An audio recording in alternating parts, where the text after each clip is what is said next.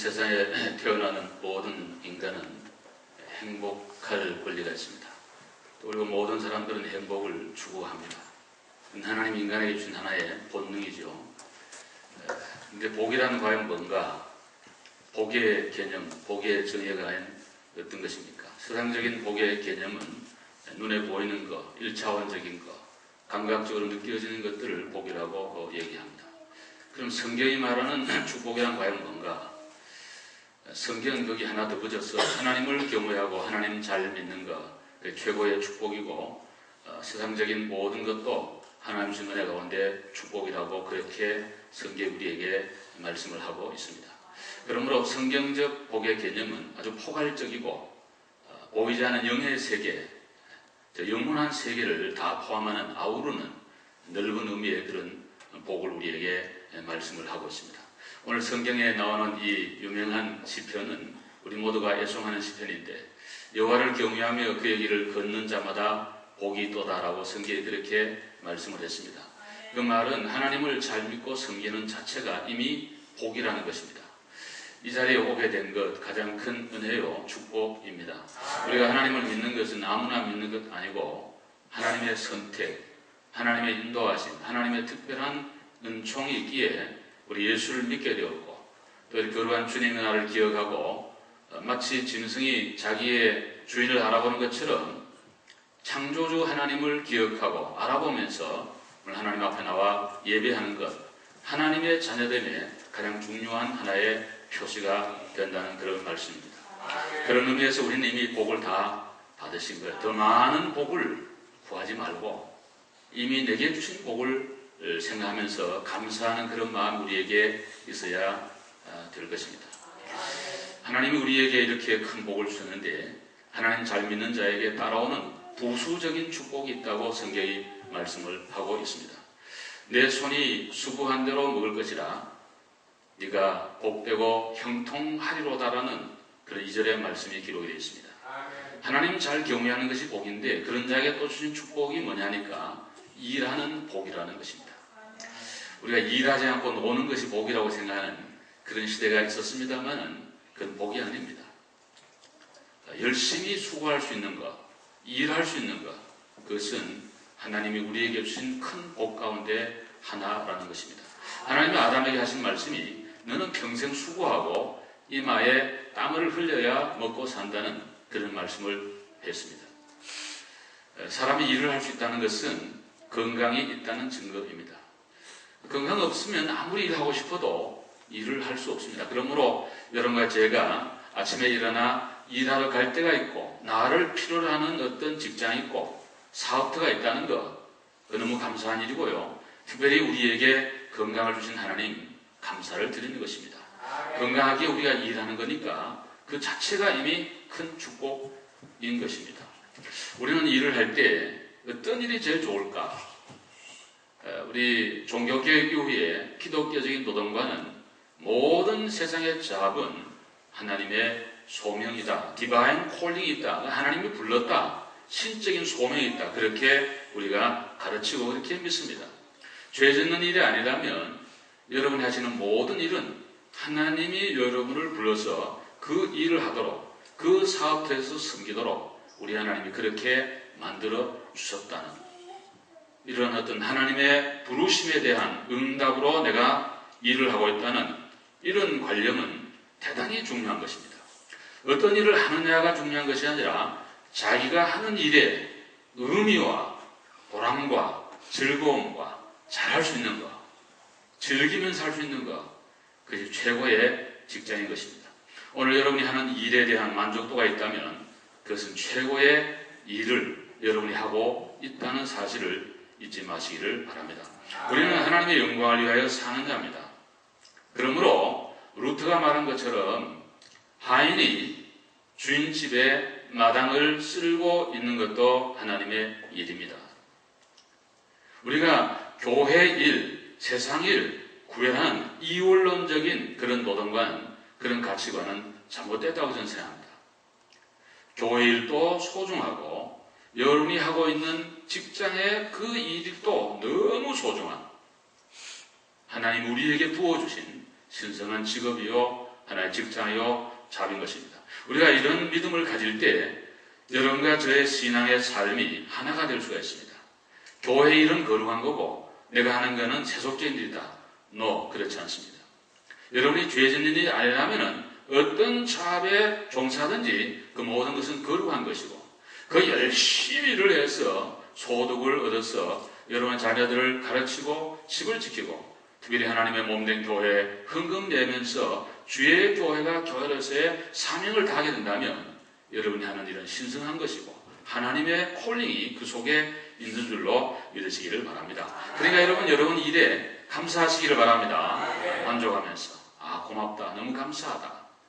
우리 미국 와서 사는 저희들 한국에 있는 전공을 못 살리고 여기가 고생들을 많이 하시는 거 보게 됩니다. 어떤 경우는 그 일을 하면서 늘 그 마음에 뭔가 좀 이렇게 아쉬움이 또 감사와 기쁨과 만족이 없이 그렇게 지나는 분들이 많은데 빨리 그 마음을 바꾸시기를 바라는 것입니다. 세월이 좀 가야 되는데 그 시간이 해결해 주더라고 제가 보니까. 근데 빨리 깨닫고 여기에 적응하면서 성경적이고 신앙적인 걸로 이 문제를 해결하면은 여러분 마음이 얼마나 기쁘고 또 감사하면서 하루하루를 그렇게 살게 될 것입니다.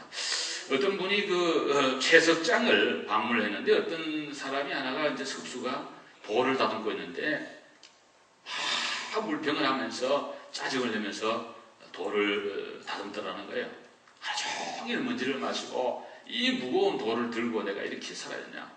목구멍이 포도청이라 호구지책으로 이렇게 내가 사는가 이러면서 한탄하는데 옆에 있는 다른 석수는 아주 싱글벙글하면서 즐거운 마음으로 일을 하더라는 거예요. 이분이 하는 얘기가 나는 이렇게 열심히 돌을 다듬어서 우리 하나님께 예배하는 거룩한 성전을 짓는데 내 일조를 하고 또 일하는 것 때문에 주인이 나에게 또 월급을 주기 때문에 그거 받아서 우리 아이들하고 잘 살고 얼마나 보람된 일을 하느냐고 똑같은 일을 하는데 이 생각의 차이가 그런 큰 결과를 나타내는 거예요. 여러분 주님의 교회 일할 때도 즐거운 마음으로 하시기를 바랍니다. 모든 것을 하나님이 나 같은 걸 불러서 이렇게 귀한 일을 맡겼구나. 성도를 섬기는 일을 하는구나. 주의 귀한 예배에 교회의 한 부분에 내가 일할 수 있도록 하는구나. 감사한 마음으로 하면은 더 큰 감사가 여러분 가운데 일어나게 될 것이고 그 일을 통해 여러분이 마음에도 기쁨이 있고 보람이 있고 보는 사람들도 다 은혜가 될 줄로 믿습니다. 또 하나 하나님 잘 경외하는 자에게 주시는 축복 가운데 하나는 가정의 행복과 평안이라고 말씀하고 있습니다. 오늘 이렇게 3절에 보시면 내 안방에 있는 내 아내는 결실한 포도나무 같으며 내 식탁에 둘러 앉아있는 자식들은 어린 감람나무 같으리로다 하는 이 귀한 말씀은 가정의 그 평안과 행복을 우리에게 말씀하는 그런 귀한 하나님의 말씀입니다. 여러분 그 아내를 볼 때 결실한 포도나무 열매와 같이 보인다는 거 그 얼마나 귀하고 아름다운 그런 모습입니까? 저는 그 포도원을 한번 해본 적이 있는데요. 그래서 일을 해본 적이 있는데 포도원에서 그 지주대를 이렇게 높이 세우고 포도나무를 이렇게 올려놓으면은 포도 열매들이 8월 말쯤 되면은 밑으로 이렇게 처지면서 익어갑니다. 향기가 아주 참 좋죠. 그 밑에 제일 밑에 있는 그 알맹이부터 이게 올라가는데 그 아이들 때 그거 다 먹고 싶죠. 그래서 다 먹어야 자꾸 다 먹는데 그 다 먹어버리면 상품 가치가 없어져요. 근데 그 쭉쭉 들어들어서 까맣게 익은 포도 송이를 보면 그렇게 아름다울 수가 없어요. 너무 아름다워요. 오늘 시인이 자기 아내를 보면서 그렇게 아름답게 보는 그런 모습을 우리에게 말씀을 하고 있습니다. 그러면서 아이들을 볼 때는 아이들은 어린 감람나무와 같다. 이 올리브 나무가 크면은요 별로 보기가 좋지 않아요. 터키에 가면 그 지중해 연안에 얼마나 올리브 나무가 많은지 밭에 차를 타고 한 시간씩 가도 그냥 참 올리브예요 그냥. 그래서 우리가 지중해에서 나오는 올리브를 많이 먹습니다만은 근데 어릴 때 자라는 새싹은 굉장히 이뻐요. 우리 예루살렘에 가봐도 가로수가 전부 이제 올리브 나무로 많이 되어 있는데 이 올라오는 거 올리브 참 이쁘다. 그러니까 식탁에 둘러앉았다 그러는데 식사는 정계거든요. 그러니까 우리가 그림이 그려지잖아요. 아름다운 이 식탁에 빵들을 넣고 밥을 넣고 반찬을 넣고 온 식구가 달라앉아 도란도란 재밌는 웃음소리가 끊이지 않으면서 식사하는, 참 우리 모두가 소원하는 그런 아름다운 모습을 오늘 시인은 말씀을 하고 있습니다. 하나님을 잘 믿는 가정에 주시는 부수적인 축복이 이런 축복이라는 거예요. 여호와를 경외하는 자는 이같이 복을 얻으리로다. 오늘 성경에 그렇게 말씀을 했습니다. 우리 교회 모든 부부들이 다 잘 이렇게 살아서 제가 특별히 드릴 말씀이 없겠습니다만은 이런 기회에 제가 한 말씀, 5월 가정의 달을 맞이했으니 한 말씀 드린다면은 아내들이 남편을 섬기고 받을 때 저는 잘 모르겠어요. 하나만 해주시면 제가 될 것 같아요. 제가 볼 때는. 그건 뭐냐면 남편들의 자존심, 기 이런 거를 좀 살려주시면은 얘는 모든 세상의 남자들은 그거 하나 살려주면은요 그 다음에는 다 필요 없고 죽을지 살지 모르고 가정을 위해서 모든 일을 하는 그런 남자가 되고 남편이 될 수 있습니다. 근데 길을 꺾어버리고 자존심을 무시해버리면요 남자는 천하를 다 줘도 다 싫은 거예요. 그리고 아무런 삶의 의미도 없고 보람도 없어요. 그래서 부인들이 남편을 섬길 때 하나만 하시면 돼요. 당신이 최고야. 그리고 하여간 천하가 뭐라 그래도 나는 당신을 믿어. 그리고 당신은 잘할 수 있을 거야 하면서 출근하는 남편을 향하여 여보 힘내세요. 네, 기도하실게요. 그리고 등 한 번 이렇게 쓰다듬어 주면요. 그러고 출근하는 남자는요. 직장에 가서 상사가 뭐라든 사업이 되든 안 되든 누가 무슨 얘기를 해도요. 용기와 힘을 가지고 일합니다. 근데 반대가 되면요. 반대하는 얘기는 제가 얘기 안 하겠어요. 뭐 하는 게 잘 모르겠는데 하여간 남편의 뒤를 죽이잖아요. 여자들이. 그러면은 날개 꺾인 새처럼 됩니다. 제가 이렇게 그 동물의 세계나 이런 걸 보면은 이상하게 수컷들이 다 이렇게 이렇게 거칠을 멋있게 하고 있어요. 닭도 보면요. 쏜놈이 아주 이렇게 비스를 하고 아주 멋있습니다. 시골에 이제 봄이 되면은 그 짱끼들이 많이 날아다니는데 꿩이 있잖아요. 까토리라 하는데 암놈은 진짜 볼 거 없어요. 조그만해요. 순놈은 아주 기침 멋있게 하고 해서 쫙 의시되면서 이러면서 다닙니다.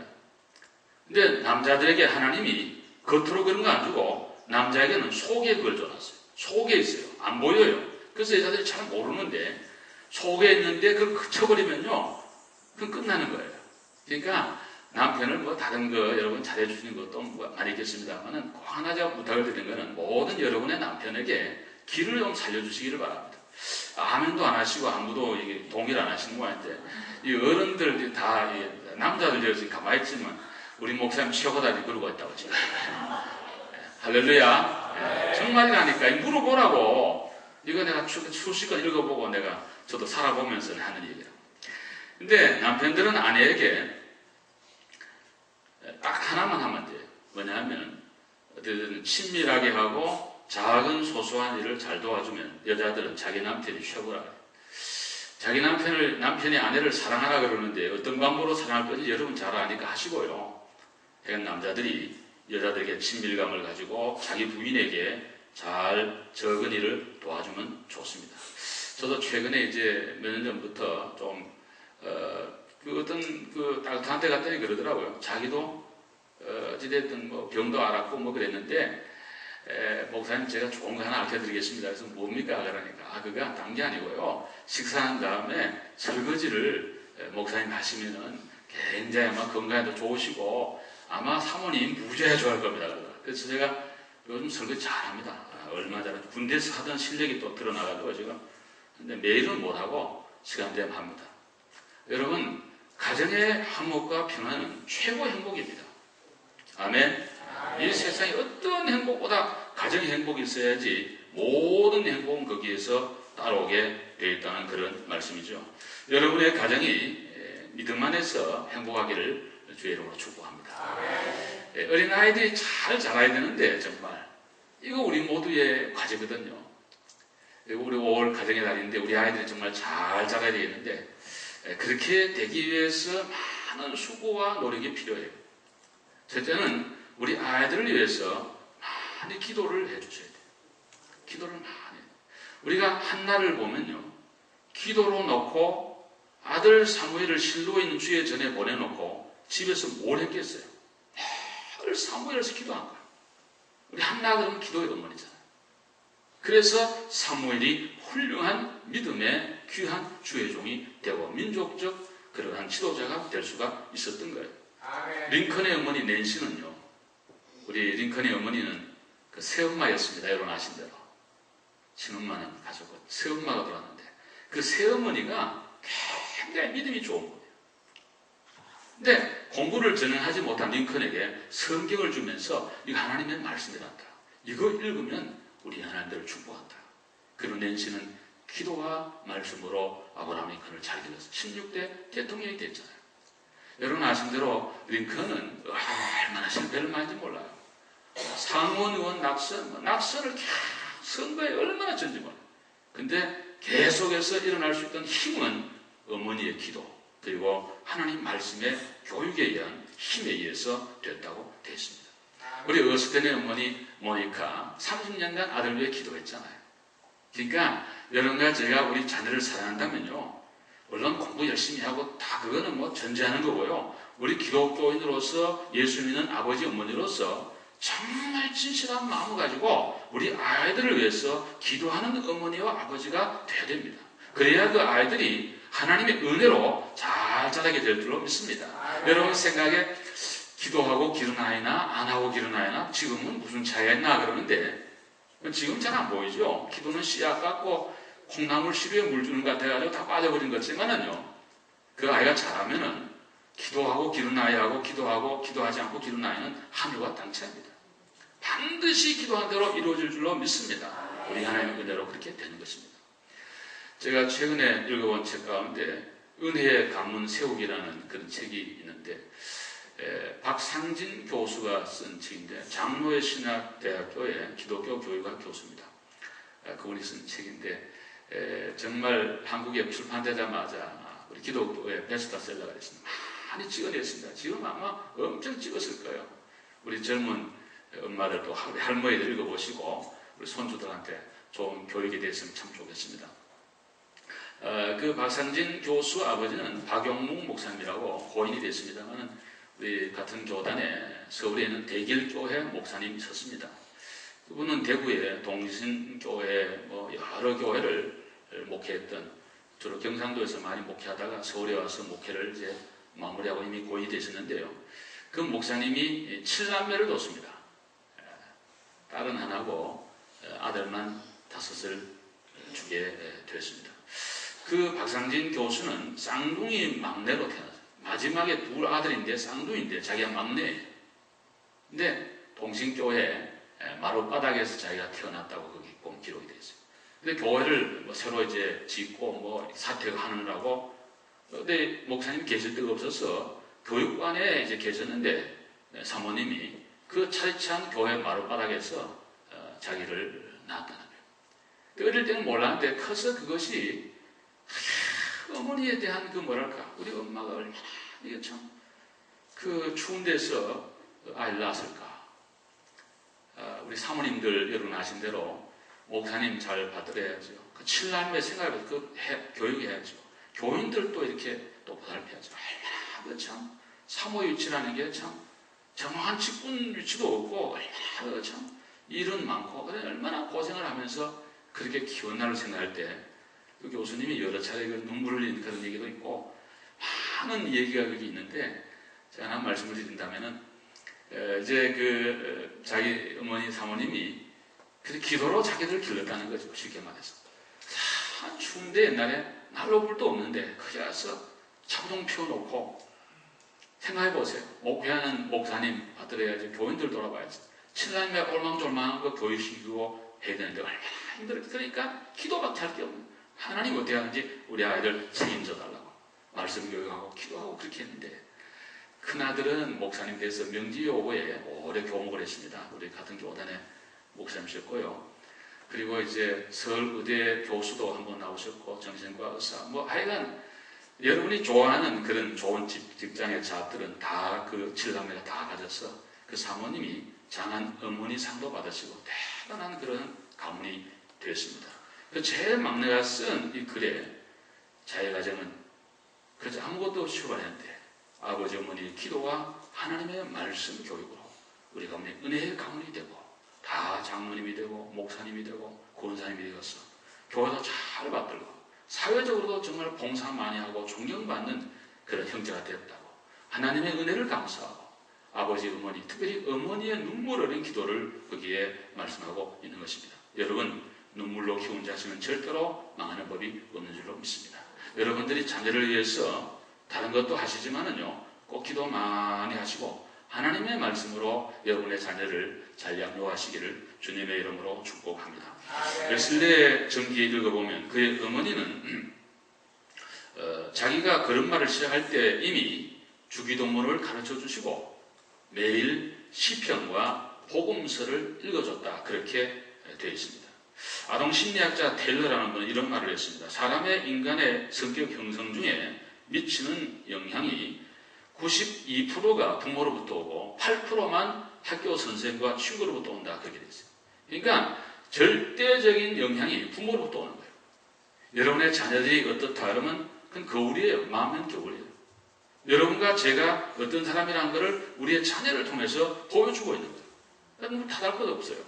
그러니까 자녀는 이런 말이 있어요. 부모의 앞에서 배우지 않고 내 뒤에서 배운다는 그런 말이 있어요. 앞에 앉혀놓고 이래라 저런다고 절대로 애들이 듣지 않습니다. 우리도 안 들었는 것처럼 우리 애도 안 들어요. 어떻게 듣느냐? 부모님이 살아가는 삶의 발자취를 뒤따라 보면서 등 뒤를 보면서 아이들이 배우면서 자라오는 것입니다. 그러므로 중요한 것은 저와 여러분이 어떻게 신앙생활을 하는가, 어떻게 사는가 하는 것은 너무 소중한 자녀 교육의 관건이 된다는 말씀입니다. 여러분, 교회도 잘 반대에 섬기면요, 애들도 그렇게 닮아 섬깁니다. 그 뭐 보고 우리가 교회를 섬기겠어요? 부모님이 섬기는 거 보고 섬기는 거예요. 그러면서도 우리 교육에 중요한 것은 서로 비교하지 않는 교육이 중요한데 유대인들의 교육법 중에 하나가 비교하지 않는 거예요. 우리 많은 경우에 비교를 하죠. 누구처럼 해봐라 이런 건데 저도 그 소리 제일 싫고요. 여러분도 아마 제일 싫어할 거예요. 예를 들면 제가 어떤 집사님 보고 집사님 어느 집사님처럼 좀 해보세요. 이거보다 더 기분 나쁜 것도. 저보고 예를 들어서 어느 교회 목사님처럼 목사님도 목회해보세요. 아니 나는 나일 뿐 난 그거 아니니까 할 수도 없고 해서도 안 되고 안 되는 거잖아요. 그러니까 비교가 제일 싫은데 우리들이 많이 비교하거든. 또 어떤 부모들은 아이들을 막 협박을 하고 한 번만 더 그래봐라 막 어떻게 할 거다. 어떤 부모들은 또 나이령이 돼가지고 오늘 며칠 날 뭐 했고 뭐 쫙 하는데 정말 피곤합니다. 아이들. 어떤 사람은 막 그냥 변덕을 부리면서 뭐 그냥 이랬다 저랬다 그러니까 아이들이 정신을 못 차리고 그렇게 잘하면 아이들도 성격이 그렇게 돼버리고 마는 거예요. 유대인들 가운데 그 뛰어난 사람들이 많은 중에 비교하지 않은 어머니의 대표성을 가진 사람 중에 하나가 아인슈타인이라고 생각합니다. 우리가 너무 많이 들어본 대로 학교 갔다 성적표를 받았는데 그 성적표에 뭘 써놨는가 하니까 선생님이 이 학생은 어떤 공부를 해도 성공할 수 없다. 뭐 이런 거를 쓴 거예요. 근데 어머니가 그 낙심하고 있는 아들을 향해 이런 말을 합니다. 얘야, 낙심할 거 없다. 모든 사람이 똑같다면 늘 수가 없는 자라. 너는 남과 다르기에 반드시 너가 성공할 수 있다고 격려했잖아요. 프린스턴에서 유명한 세계적인 물리학자가 태어나게 되었고 큰 인물이 되었습니다. 여러분, 하나님이 여러분과 내게 주신 그리고 여러분의 자녀에게 주신 은혜를 찾아내시고 감사하는 우리가 되어서 그걸 통해서 특기를 살리고 모든 장점을 살려서 우리 하나님 앞에 궁극적인 영광이 되도록 그리고 본인의 삶의 행복이 되도록 그리고 우리 자녀를 기를 수 있기를 바라고요. 여러분의 가정을 주님이 구하시는 정말 여호와를 잘 경외하는 믿음의 가정으로 여러분의 가정을 섬기시기를 주의 이름으로 축복합니다. 그럴 때 최고의 복이 여러분에게 임하게 되고 강한 하나님의 은혜가 여러분 가정에 넘치게 될 줄로 믿습니다. 마지막으로 오늘 본문 5절과 6절 한번 읽어보겠습니다. 우리 5절 6절 한번 읽어봅시다. 시작. 여호와께서 시온에서 내게 복을 주실지어다. 너는 평생 예루살렘의 번영을 보며 내 자식의 자식을 볼지어다. 이스라엘에게 평강이 있을지로다. 아멘. 여기 이런 축복이 어디에서 오는가? 시온에서 내게 복을 주신다. 이 시온은 오늘의 교회를 말씀하고 있습니다. 하나님이 우리를 축복할 때에 통로가 있어야 됩니다. 전기가 들어오려면 선이 필요하고요. 물이 들어오려면 수도 파이프가 있어야 됩니다. 축복은 아무데나 오는 것이 아니고 성경에 보면 하나님의 교회가 축복의 통로가 되어서 우리 모든 성도에게 복을 나누어주는 통로라고 이렇게 말씀하고 있습니다. 그래서 우리 하나님이 교회를 통해서 우리 한 축복하기 때문에 여러분 세계를 이렇게 보면요, 교회 십자가를 많이 세운 나라 치고 안 된 나라가 없어요. 도덕적으로나 교육적으로나 경제적으로 모든 면에 하나님이 복을 주십니다. 근데 십자가 떼어버리고 교회 폐쇄해버리고 예배 안 드리고 목사님들 다 투옥시켜버리고 성도들을 박해하는 나라치고 잘된 나라가 역사상 없었습니다. 구소련, 여러분 아신 대로 중국의 개방 전 남북한 동서도 모든 게 비교가 됩니다. 그러므로 교회는 축복의 통로입니다. 이 교회는 하나님의 영광을 보는 것이고 저 영원한 세계를 바라보는 것이 교회뿐 아니라 교회를 통해서 모든 이들이 복을 받도록. 그래서 선교사가 선교지에 가면 첫 번째 하는 일이 교회 세우는 겁니다. 교회 세우면 와서 예배드리고 교육받고 깨어지고 열심히 일하게 되고 삶의 목적을 갖게 되고 다 이렇게 되니까는요, 사회와 모든 것이 변화가 될 수밖에 없는 것입니다. 그러므로 교회는 모든 만물 위의 교회라고 성경에 말씀했습니다. 교회가요, 뭐 얻어먹는 그런 데가 아닙니다. 교회가 뭐 보호받는 데도 아닙니다. 교회는 교회예요. 하나님이 우리를 축복해서 교회를 통해서 모든 만물을 다스리며 지배하며 축복을 나누어주는 통로로 우리 하나님이 교회를 세운 줄로 믿으시기를 바랍니다. 그러므로 교회는 대단한 곳입니다. 교회는 나누어줘야 됩니다. 교회는 흘러보내야 됩니다. 주의 복음도 사랑도 물질도 은혜도 모든 것도 교회는 정치되어 있으면 안 됩니다. 교회가 돈이 많다? 안 됩니다. 왜 교회가 돈이 많아야 됩니까? 그거 다 구제하든지 선교하든지 다 이렇게 해야지. 교회가 무슨 돈이 많을 필요가 있어요. 그냥 유지만 하면 돼요. 그리고 다 이렇게 나누어지는 그런 교회가 돼야 됩니다. 아틀란타에 가면요, 코카콜라 본사가 있습니다. 여러분들. 그 설립자가 로버트 우드러프라는 분인데요. 이분이 죽으면서 에모리 대학에 1억 500만 불을 도네이션을 했습니다. 그 도네이션 하면서 하는 말이 이 돈으로 위대한 하나님의 사람들을 길러주시고 인류를 위해서 공헌할 수 있는 정치, 문화, 경제, 종교 모든 분야의 지도자를 길러주세요. 그러고는 에모리 대학에 기증했습니다. 에모리 대학은 감리교 재단으로 제가 알고 있는데요.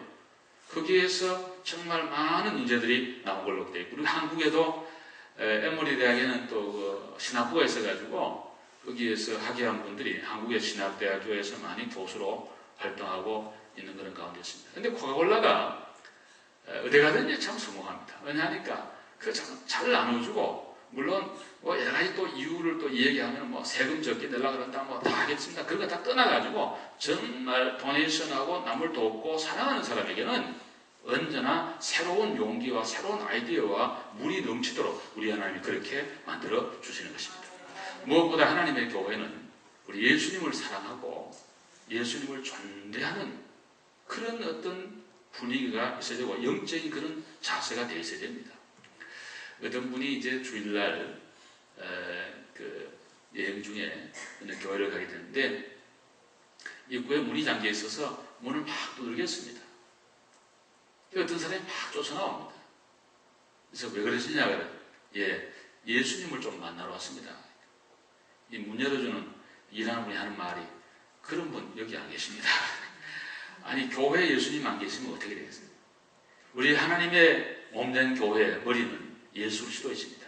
예수 그리스도를 최고로 사랑하고 존대하고 올리는 그런 성도들이 모여야지 그 교회가 제대로 되는 교회입니다.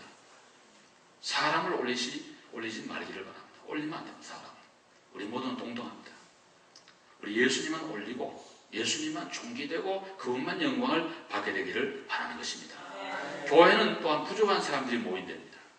교회를요, 완벽한 어떤 단체로 생각을 하고 교회로 오게 되면요, 100% 실망합니다. 교회는 죄인들이 모이는 것이에요. 죄 있는 자가 모여있는 곳이기 때문에, 그렇기 때문에 많은 배려와 관용과 이해와 협조가 필요합니다.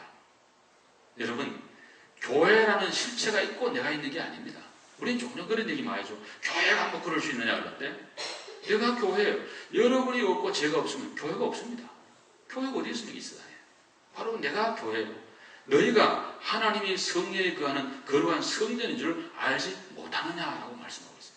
그러므로 교회라는 것은 내가 교회요, 주님 모신 그것이 교회입니다. 그러므로 교회는 다 부족한 사람들이 모인대.